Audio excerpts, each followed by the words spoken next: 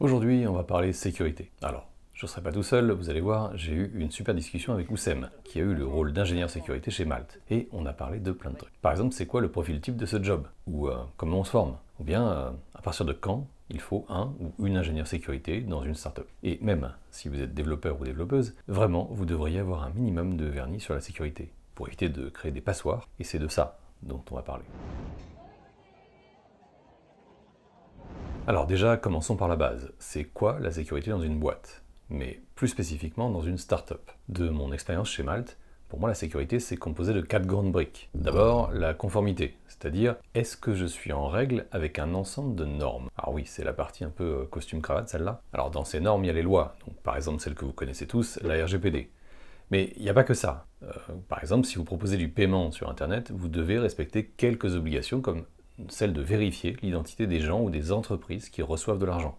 Et tout ça, c'est une directive européenne dont l'objectif est d'éviter le blanchiment d'argent. Ça a un nom, ça s'appelle le KYC. Et voilà, maintenant vous savez pourquoi les plateformes sérieuses, celles qui respectent la loi quoi, elles vous demandent des documents d'identité, ou la preuve d'existence de votre entreprise. Dans la conformité, je range aussi tout ce que j'apparente à des règles, qui ne sont pas des lois mais des standards. Par exemple, le standard ISO 27001 garantit que vous suivez les bonnes pratiques en termes de sécurité de l'entreprise. Mais que vous soyez certifié ISO ou pas, dans tous les cas, quand vous allez bosser avec des grosses entreprises, elles vont vous demander de remplir des questionnaires de sécurité. Alors ce sont des fichiers Excel qui font des kilomètres de long, littéralement, et on va essayer de vérifier votre respect des bonnes pratiques. Alors, on va pas se mentir, c'est pas la partie la plus sympa du job, mais bon, ça rentre aussi dans le cadre de la sécurité. Le deuxième volet en entreprise, c'est tout ce qui concerne la sécurité à l'intérieur du produit, de l'application que vous développez. Là, j'imagine que c'est un peu plus familier pour vous. Ça inclut évidemment l'application des lois dont on vient de parler juste avant. S'il y a par exemple la RGPD, il y a une règle dans votre produit pour la durée de conservation des données. Mais c'est aussi toutes les protections à mettre en place pour éviter tout ce qui est intrusion, injection, c'est aussi le monitoring, et voilà, j'en passe, il y a plein d'autres choses. Ça peut toucher évidemment votre processus de développement, votre usine logicielle. Par exemple, est-ce que vous êtes en mesure de détecter les dépendances que vous utilisez et qui sont victimes d'une faille connue? On appelle ça une CVE. Et puis il y a une troisième partie de la sécurité de l'entreprise, c'est tout ce qui concerne la sécurité des utilisateurs. Comment est géré, par exemple, l'ensemble des machines de la boîte? Est-ce qu'elles sont chiffrées? Qu'est-ce qui est prévu pour les protéger des virus?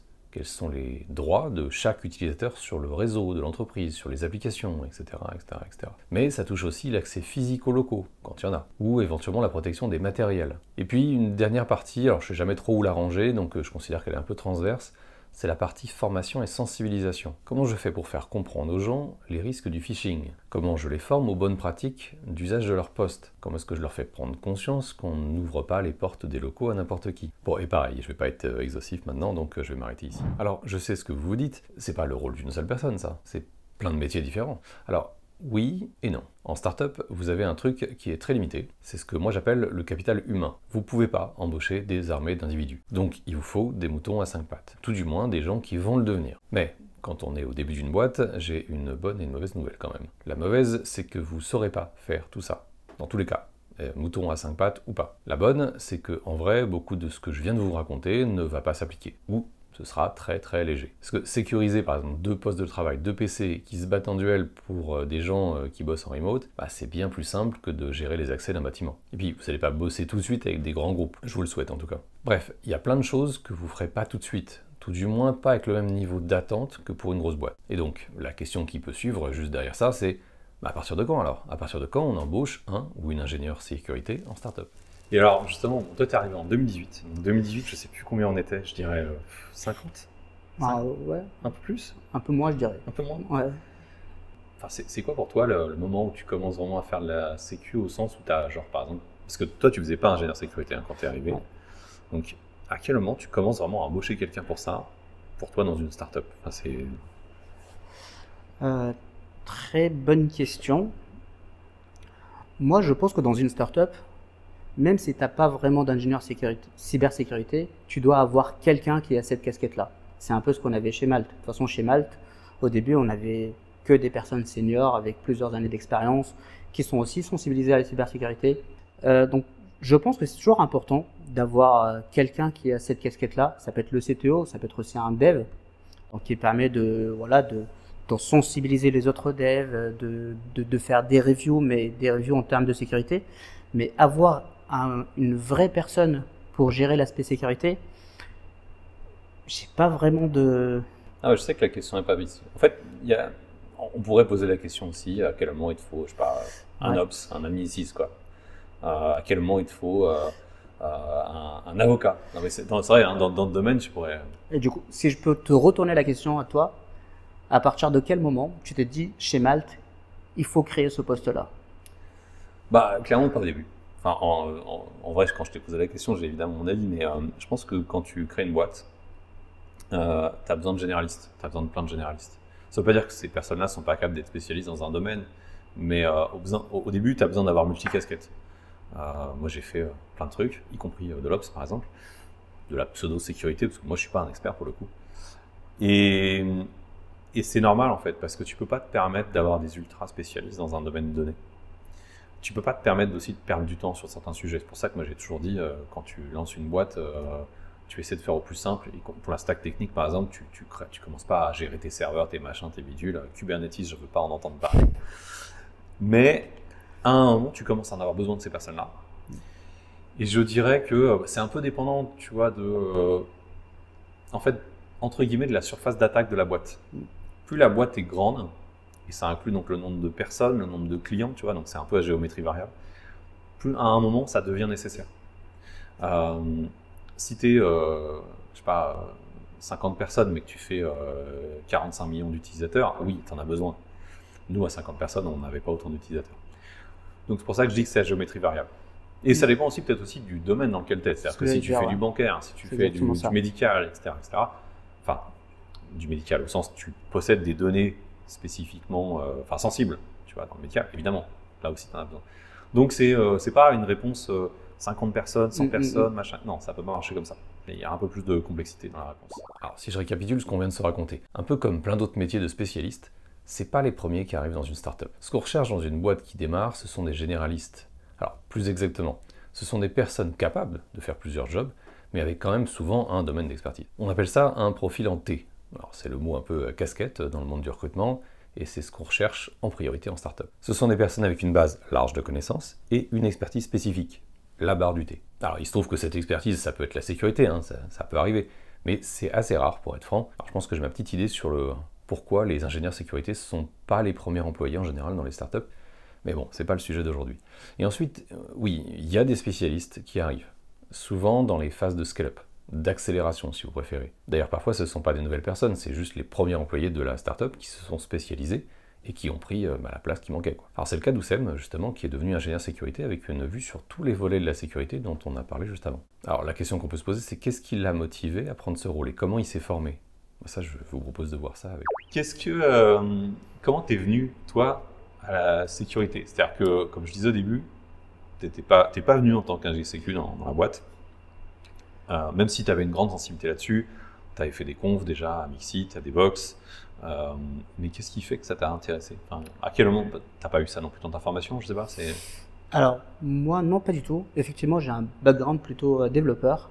Et effectivement, même avant de rejoindre Malte, j'étais un classique, j'étais dans une scène un peu connue, à avoir des missions de développeur full stack. Je faisais du front, du back, je fais aussi de l'ops.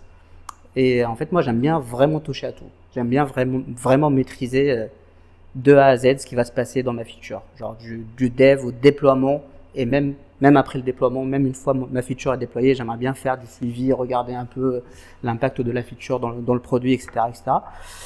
Mais j'étais toujours intéressé en fait par l'aspect sécurité. Effectivement, j'ai fait des confs et j'ai aussi participé à plusieurs CTF. Voilà, je sais pas, j'étais depuis toujours en fait, depuis que j'ai commencé. Et donc voilà, j'ai petit à petit, en arrivant chez Malte, j'étais développeur, j'avais un peu cette casquette sécu quand il y avait un sujet sécu à traiter. Voilà, je voulais le traiter, je voulais le prendre. Tu t'es formé comment? Et plutôt grâce au CTF. En fait, c'est plutôt une formation sur CTF, je précise, Capture the Flag. Capture the Flag, oui. Ouais. Capture the Flag, c'est le site là, RootMe, Acme, comment il s'appelle déjà? C'est RootMe. Enfin, il y a plusieurs sites, mais en tout cas, moi, le site que j'utilise pas mal, c'est RootMe. Et aussi en participant à des événements publics, à des CTF publics avec quelques copains. Et en fait, petit à petit, voilà, on apprend des choses. Moi, j'ai aussi fait pas mal de bug bounty. On a parlé de bug bounty tout à l'heure. En fait, quand je faisais la journée, j'étais développeur classique et le soir, quand je rentrais à la maison, ça faisait partie de mes passions. J'aimais bien aller creuser, aller regarder, aller chercher des failles, aller creuser, aller apprendre. Justement, ça m'a permis aussi d'apprendre et d'approfondir mes connaissances sur des failles vraiment très spécifiques, très avancées. Est-ce que tu sais si aujourd'hui il y a des formations spécifiques là-dessus? Moi, j'ai pas, enfin, il y en avait sans doute, hein, honnêtement, mais j'ai pas souvenir de ça quand j'étais à l'école. Alors aujourd'hui, j'ai pas vraiment de formation en tête, mais j'ai déjà vu des organismes de formation vraiment spécialisés en cybersécurité. C'est l'ONCIB, si je dis pas de bêtises, mais à vérifier. Comment tu dis? ONCIB. ONCIB. Ouais, ENSIB. Ok. À vérifier, à voir Ouais, si on coupe ça ou pas. Non, mais je mettrais peut-être en source des trucs. Ouais, ok. Ok. Donc voilà. Comme je vous l'ai dit tout à l'heure, la sécurité, ça recouvre pas mal de métiers. Le légal, le développement, le réseau, la bureautique. Ce qui fait qu'on peut avoir des personnes qui deviennent security engineer à partir de tous ces métiers. Bon, ok, c'est un peu plus rare en venant du légal quand même. Sauf pour le rôle de CISO. Donc CISO, c'est responsable de la sécurité. Alors là, pour le coup, ça peut venir de partout, y compris du légal. Et le critère de quel type de profil on a besoin pour tel ou tel type d'entreprise, ça dépend pas mal du contexte. Donc je vais pas vous faire une liste de critères parce qu'elle serait remplie de petites étoiles pour comprendre les petites nuances. Mais bon, imaginez par exemple que si vous êtes dans le bancaire, dans le médical ou dans le développement web, et potentiellement c'est pas le même ciseau que vous aurez. Par contre, je reviens sur ce qu'a dit Oussem. Oussem, il s'est beaucoup formé tout seul, et notamment en participant à des CTF, des Capture the Flag. Alors le principe, il est simple, il faut s'introduire dans un système pour récupérer un drapeau. Bon, c'est pas vraiment un drapeau, hein, c'est virtuel, mais vous avez l'idée, il faut s'introduire dans un système. Et il y a des sites qui proposent ce type de challenge, et c'est parfait pour apprendre, se former, etc. En plus de ça, Oussem, il participe à des programmes de bug bounty. Alors, je vous invite à voir la vidéo sur les bug bounty pour comprendre ce que c'est. Et il parcourt aussi le net en tant que white hat, pour repérer des failles sur le web et prévenir les entreprises qui ont ces failles. À ce sujet, je lui ai demandé de me décrire une faille type qu'il a trouvée pour que vous compreniez ce que ça veut dire. Alors, le problème c'est qu'il y en a plein. C'est pas toi, Ashley Madison, on est d'accord? Hein? C'est pas toi, Ashley Madison, par exemple. Ah non. J'aurais bien aimé, non, mais c'est pas moi. Alors, il y en a plein. Alors, en fait, Alors, comment je peux vous décrire la faille sans vous décrire le site? C'est compliqué. Alors, juste pour faire simple, dans l'URL, il y a un query param, il y a un paramètre qu'on passe dans l'URL. Et dans ce paramètre-là, en fait, sur le site, on peut resize, on peut changer la taille d'une image. On peut le faire un peu à la volée, en fait. Ouais, c'est plutôt une fonctionnalité. Et en fait, sur ce site-là, je me suis rendu compte que dans le query param, le paramètre, la valeur qu'on passe dans le query param, c'est vraiment le binaire qu'on va exécuter sur le serveur. Donc, on a parlé d'RCE tout à l'heure. Donc, une fois que tu sais que dans le query param, c'est vraiment le binaire que tu vas exécuter sur ton serveur, donc là, on va parler d'une RCE. Et ce qui était intéressant, parce qu'en fait, c'est un site français, pas très connu, mais vraiment, c'est une petite entreprise. En fait, ce qu'il faut savoir, c'est que sur le même serveur, il y avait la base, il y avait l'application, il y avait tout. Ouais, donc tu peux lancer une commande sur PG, sur... Ouais. On avait accès à tout, vraiment à tout. Il y avait genre le site, le contenu du site, en PHP, et la base de données, et il y avait tout. Il y avait vraiment tout. Alors moi, j'ai pas trop creusé. Moi, direct, j'ai essayé de trouver la bonne personne. D'ailleurs, j'ai galéré pour le trouver, parce que au final, l'entreprise en question ne gère pas vraiment le site, mais c'est un prestataire. Donc le fait d'appeler, j'ai appelé par téléphone, qui m'ont expliqué ça. Déjà, le temps d'expliquer à la personne que j'ai trouvé une faille, lui expliquer les détails, etc. Enfin, les détails, non, pas les détails techniques, mais... Je vois très bien l'enfer. Voilà. Tu contactes quelqu'un, mais je suis pas au courant, je connais pas comment ça marche. Exactement. Elle voulait pas me donner des détails, elle voulait pas me donner l'adresse mail, elle voulait rien me donner. Donc j'ai dû vraiment insister pour avoir un contact technique. Mais par contre, une fois que j'ai remonté le problème à cette personne-là, déjà il a commencé par arrêter ça. On a regardé un peu ensemble les access logs, tout ça. C'est déjà bien que la personne se soit dit tiens, c'est important, parce que le nombre de fois où moi j'ai eu des gens de support technique dans des boîtes où les personnes, en fait, le premier réflexe, c'est de négocier le fait que c'est pas un problème. Ouais. Et je m'en fous, moi, que tu négocies avec moi, tu vois. C'est C'est clair. Mais alors là, non, non, là vraiment, la personne était vraiment accueillant, enfin, était vraiment content déjà que j'en monte cette faille-là. Il était vraiment intéressé. Il voulait apprendre, il savait pas ce que c'était, il connaissait pas les impacts. Et non, c'était vraiment très très agréable de faire ça avec lui. J'ai pas eu d'argent, mais j'ai passé un bon moment. Ok. Mais j'aurais bien aimé avoir les 30 000 euros, hein, mais 30 000 $. Ouais. Ce que je trouve très intéressant dans son exemple, c'est la réaction de l'entreprise qui l'a contacté. Si vous êtes CTO, ou en tout cas membre d'une équipe de dev dans une petite boîte, vous avez sans doute vu passer des emails qui arrivent chez vous pour vous signaler une faille. Et beaucoup de gens ignorent ces emails, ou alors les prennent comme des agressions, genre ça ressemble à du chantage peut-être. Est-ce que c'est une personne qui va essayer de me soutirer de l'argent? Parfois il y a juste personne qui s'occupe du système, c'est délégué à une ESN dont c'est pas la prio de gérer la sécurité parce que ça coûte de l'argent et puis c'est pas dans le contrat quoi. Mais si vous êtes dans une équipe technique qui fait tourner une entreprise, soyez attentif. Mettez une adresse email visible quelque part pour les chercheurs en sécurité afin qu'ils puissent vous contacter facilement. Vraiment, hein, parce que Oussem, il est tombé sur des failles plutôt masterclass parfois. J'ai quelques détails qui sont assez amusants. Alors on pourrait se demander, mais pourquoi c'est si dur de contacter des entreprises pour leur signaler des failles? Je me demande si maintenant la sécurité c'est plus vu comme une activité de défense, comme ça a pu l'être avant, mais plutôt comme une sorte d'obligation légale, la fameuse conformité à la RGPD. Alors partiellement c'est bien, hein, parce que ça a donné du poids à la sécurité, le fait que ce soit aussi visible, hein, aussi médiatique, la RGPD a contribué à ça, mais ça l'a rendu aussi un peu trivial, du genre ouais c'est bon, ça y est on a un bandeau pour les cookies, normalement on fait pas plus quoi, on va pas non plus investir des tonnes dans la sécurité. Ce qui fait qu'en fait aujourd'hui je trouve que c'est devenu une sorte de concours de qui va le mieux maquiller son entreprise pour faire croire qu'elle fait de la sécurité, parce que c'est devenu une histoire uniquement de conformité, de cases à cocher dans un document, les fameux questionnaires de sécurité dont je vous parlais tout à l'heure. Est-ce que toi, tu trouves qu'il y a eu une différence en Europe depuis les RGPD? Alors, je m'explique sur ma question. Avant, on considérait la sécurité essentiellement sous l'angle de l'intrusion, tu vois, de la personne qui cherche, par exemple, à faire de la fraude financière, récupérer de la data qu'il n'est pas censé récupérer, mais pas au sens privé ici, pas au sens... ouais, c'était pas une... Enfin, si, c'était important, évidemment que ça l'était.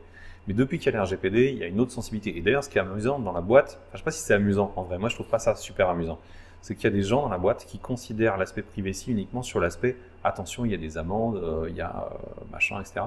Ils le considèrent plus comme mais c'est normal en fait d'y faire attention. Tu vois ce que je veux dire? Je ne sais pas si je suis hyper clair là-dessus. Et ça me chagrine un peu parce qu'en vrai, ça devrait être important, même s'il n'y avait pas ce truc de oui, RGPD machin. Donc du coup, est-ce que tu trouves qu'il y a une différence aujourd'hui d'approche entre une approche qui est quand même très orientée un peu légale, conformité, pas toujours dans l'efficacité, hein, on va être franc, enfin moi je le sais, je vois plein de boîtes qui sont beaucoup dans la conformité mais qui sont quand même assez nulles en sécu, et une approche qui est quand même beaucoup plus terrain, celle qu'on pouvait avoir avant. Est-ce que toi tu ressens aussi cette différence? Clairement, clairement. Et là je dirais aussi ça dépend vraiment de la culture de l'entreprise. Ça dépend vraiment des décideurs dans les entreprises en fait. Ça dépend vraiment de la culture tech de l'entreprise et des développeurs et des techniciens dans une entreprise. Et pour moi, c'est le rôle d'un CISO, c'est le rôle d'un ingénieur de cybersécurité de faire de la sensibilisation, en fait, de montrer justement, d'expliquer en interne, de faire de la sensibilisation, de faire de l'évangélisation sur ce sujet-là pour que la sécurité ne soit pas uniquement sur l'aspect, on va dire, légal.